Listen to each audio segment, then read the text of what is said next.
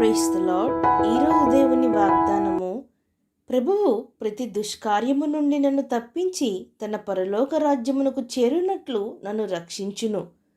తిమోతికి రాసిన 2వ పత్రిక 4వ అధ్యాయము 18వ వచనము.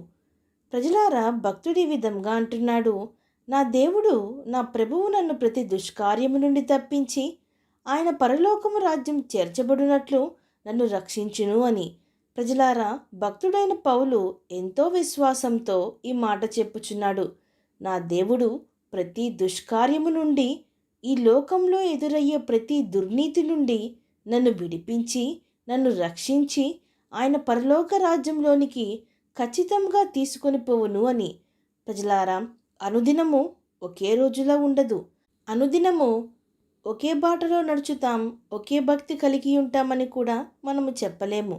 ఎన్నో పరిస్థితులు మనల్ని మన సంతోషాలకు అడ్డుపడును. సమాధానంగా ఉండే జీవితంలో సమస్యలు పెద్ద తుఫానులా వచ్చి పడును. అవి మనల్ని కలవరపరుచును, మన హృదయమును కలవరపరుచును. ఈ లోకమంతటా మాలిన్యంతో నిండియున్నది.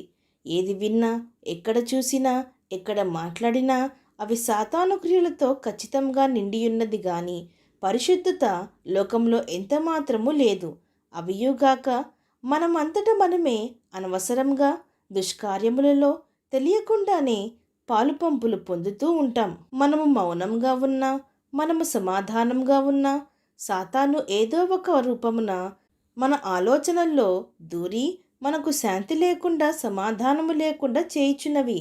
ప్రజలారా, మన ప్రభువుకు మనము లోబడితే, ఆయన బిడ్డలుగా మనం ఖచ్చితంగా జీవిస్తే, అంతకంటే ముఖ్యంగా మన జీవితాన్ని ప్రభువునకు సమర్పించుకుంటే ఆయన మనల్ని భద్రపరచును.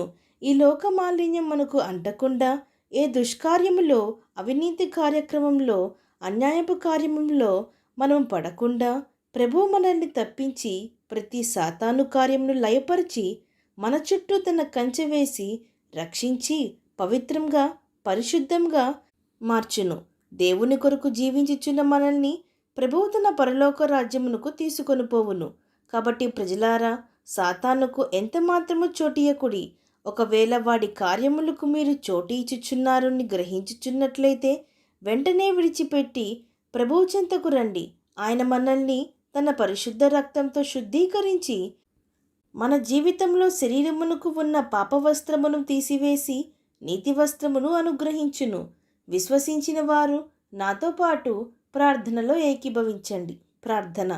పరిశుద్ధుడా, ప్రేమగల తండ్రి, ఈరోజు మీరిచ్చిన ఈ వాగ్దానమును బట్టి మీకు స్తోత్రములు. దేవా, యేసు రక్తము సకల దుర్నీతి నుండి, సకల పాపముల నుండి మమ్మల్ని పవిత్రులుగా చేయును అని మేము తెలుసుకొని, మీ కాపుదలలో మేము జీవించినట్లుగా మీ రాకడ కొరకు ఎదురు చూచేవారంగా ఉండుటకు మాకు సహాయం దయచేయమని వేడుకుంటూ, దేవా, ఏ సాతాను మమ్మను ముట్టకుండా అపవిత్రపరచకుండానట్లు మీతో సహవాసము కలిగి మీ అగ్నిగంచును మా చుట్టూరు ఉంచి రక్షించమని ప్రార్థిస్తూ, సమస్త మహిమాగాంతలు మీకే చెల్లిస్తూ ప్రభువైన యేసుక్రీస్తు నామం పేరట అడిగి వేడుకొనుచున్నాం పరమ తండ్రి.